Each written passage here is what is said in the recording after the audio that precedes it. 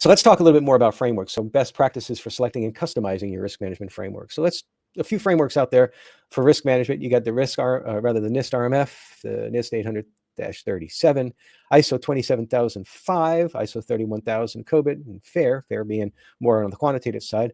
They all, though, provide structured methodologies for assessing and managing risk.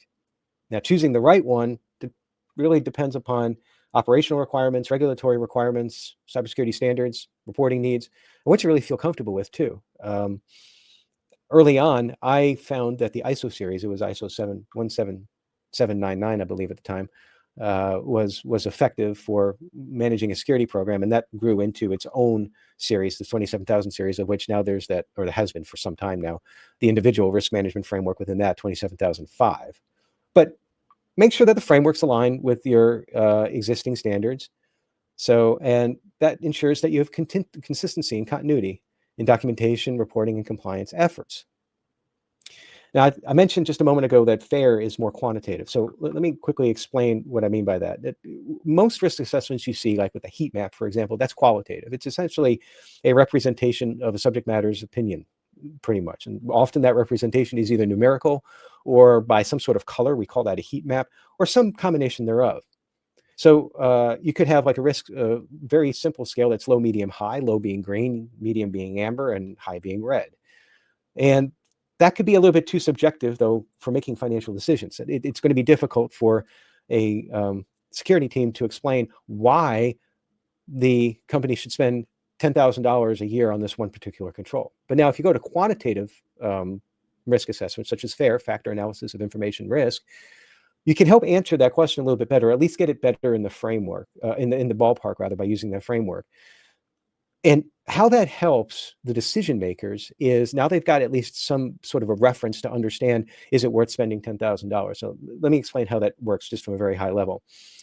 You determine what's called a cost exposure, and you follow a particular taxonomy for that and process within FAIR. Now, there's still a lot of subjectiveness with it, but at the very least, you're inputting some real numbers, some real data in there, as opposed to just making up a number 1, 2, or 3 for low, medium, and high. And those numbers then, once it's analyzed, comes out with a cost exposure range. So you may have a tool that costs you, say, $10,000 a year. Is it worth spending that much? Well, what's the exposure of my cost for that risk that tool would mitigate? And you go through the FAIR process, and you come out with $25,000 is the average cost exposure. Well, now it becomes easier for the decision makers to make that decision. Well, I'm spending $10,000 to address a $25,000 cost exposure. Now, that's not to say you're definitely going to lose $25,000. And you have to explain that when talking about these sorts of risk management methodologies. But it gives them more tools to make that decision. And the more that you can have these discussions with your folks, the better. And usually you're going to see more quantitative use in larger institutions, particularly banks, for example, because banks are all about quantitative risk across a whole variety of areas. Now, you want to make sure, again, that all this is customized and aligned with business language. The terminology should align with the business principles. You don't want to go in and be using security terminology when talking with decision makers. You want to be able to talk business terminology. So one suggestion might be that instead of ranking risks from low to critical, maybe adjust the wording so that you say customer impacting or versus operational risks. Whatever the executives would prefer to see. Again, you're helping them make risk-informed decisions. Now, a key vCISO priority is establishing that common risk vocabulary with leadership to ensure that you have that clarity in the decision making.